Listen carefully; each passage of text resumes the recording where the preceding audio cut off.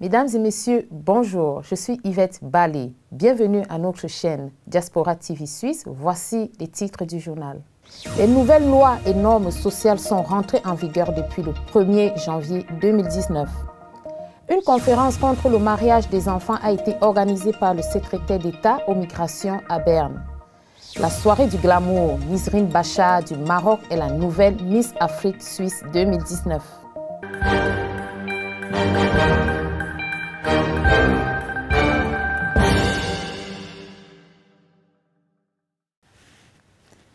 Depuis le 1er janvier 2019, les règles relatives au renouvellement des cartes de séjour suisses sont différentes. Les étrangers résidant en Suisse doivent désormais respecter certains critères de bonne conduite. Par exemple, le respect de la sécurité publique, de l'ordre public et des valeurs constitutionnelles, avant que leur permis de séjour ne soit délivré ou renouvelé. La participation économique et les compétences linguistiques seront également prises en compte. Ceux qui ne montrent aucune volonté d'intégration peuvent être obligés de signer un accord d'intégration énumérant les attentes à satisfaire. Le non-respect de cet accord pourrait affecter le renouvellement du titre de séjour. Par exemple, une personne possédant un permis de résident permanent C qui ne répond pas aux critères d'intégration pourra être reléguée au statut de résident B. La loi sur la protection de l'enfance. Tous les professionnels en contact régulier avec des enfants doivent désormais signaler leurs soupçons de maltraitance aux enfants. Auparavant, seules les personnes ayant une fonction officielle telles que les enseignants et les travailleurs sociaux étaient obligés d'informer les autorités en cas de soupçon d'abus. Les nouvelles règles prévoient que cette obligation soit appliquée à toute personne en contact régulier avec un enfant, tels que le personnel des services de garde, les professeurs de musique, les entraîneurs sportifs, les médecins, les avocats et les psychologues. Le code de la route.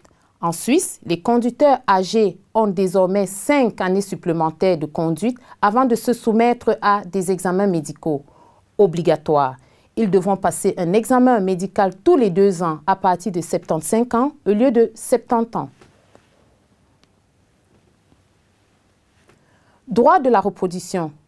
À l'âge de la majorité, les enfants nés d'un don de sperme ont le droit de connaître l'identité de leur père biologique, notamment l'apparence extérieure et les résultats de l'examen médical du donneur de sperme. Il est également désormais plus facile d'accéder à ces données puisqu'il n'est pas nécessaire de se présenter à l'Office fédéral de l'État civil à Berne, où les données du père sont conservées 80 ans après le don. Les informations pouvant désormais être transmises par courrier sur demande.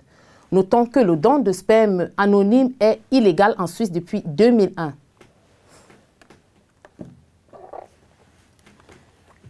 En matière de fiscalité, en vertu d'une nouvelle loi sur la TVA, les achats en ligne auprès des sociétés étrangères sont désormais soumis à la taxe sur la valeur ajoutée suisse. La demande en énergie augmenterait traditionnellement à l'heure du déjeuner, ce qui a incité plusieurs fournisseurs d'énergie en Suisse à interdire l'utilisation de machines à laver et de sèche-linge vers midi. Ainsi, dans plusieurs villes des cantons de Soleure, d'Agovie et dans le nord de la Suisse, vous ne pouvez pas laver et sécher vos vêtements entre 11 h et midi. La loi sur l'approvisionnement en électricité a été adaptée en sorte que les clients doivent donner leur accord pour de telles interdictions de réseau. S'ils le font, leur facture énergétique sera réduite. Le comportement des consommateurs a changé, explique le responsable d'un fournisseur d'énergie, avec moins de personnes préparant des repas à l'heure du déjeuner. Plus de 130 participants ont assisté à une conférence intitulée « Le mariage d'enfants en Suisse, une violation grave des droits de l'homme » organisée par le Centre de compétences fédérales contre les mariages forcés en collaboration avec le secrétaire d'État aux migrations. Ils ont uni leurs forces avec d'autres acteurs d'organisations nationales et internationales pour discuter de la manière dont la lutte contre les mariages des enfants en Suisse pourrait être gagnée. Diaspora TV a interviewé certains des participants sur le rôle des migrants de la diaspora dans la lutte contre le mariage des enfants. C'est très important que les migrants et les migrantes participent à cette lutte contre les mariages de mineurs. On sait qu'il y a des gens qui sont extrêmement engagés dans les pays d'origine et aussi dans la diaspora en Suisse contre les mariages de mineurs.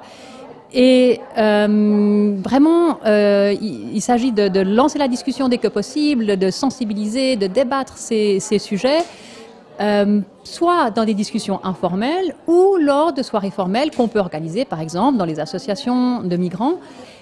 Si une association a envie d'organiser ce type de débat, mais n'a pas une personne qui se sent compétente ou qui a envie d'organiser ça elle-même, elle peut faire appel au service contre les mariages forcés qui peut venir pour animer un tel atelier dans une association de migrants et de migrantes. Le couronnement de la nouvelle Miss Afrique Suisse 2019 a été un événement élégant et grandiose à Bienne, dans le canton de Berne. Après une rude bataille entre 11 candidates, Nisrine Bachar du Maroc, étudiante en mathématiques à l'École polytechnique fédérale de Lausanne, a été sacrée nouvelle Miss Afrique Suisse 2019. Elle régnera jusqu'en 2020, année du prochain concours Miss Afrique Suisse. Margaret Daramola du Nigeria a été la première dauphine et Feben Jonas d'Érythrée a eu le titre de deuxième dauphine. Les autres prix tels que Miss Devotion, Miss Culture ont été remportés par les candidats du Kenya et du Ghana. La nuit a été pleine de glamour. Revivons cette soirée en vidéo.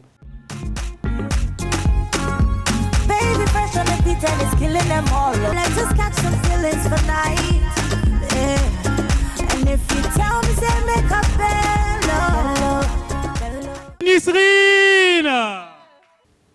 Bonjour, je m'appelle Nisrine Bachar, je suis marocaine, étudiante en première année mathématiques à l'École polytechnique fédérale de Lausanne et Miss Afrique Suisse pour l'année 2019.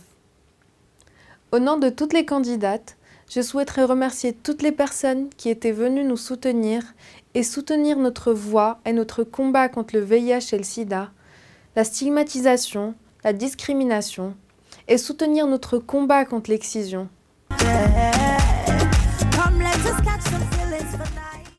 Diaspora TV Suisse, chaîne de divertissement et d'information en 6 langues, vous remercie de votre soutien tout au long de l'année 2018.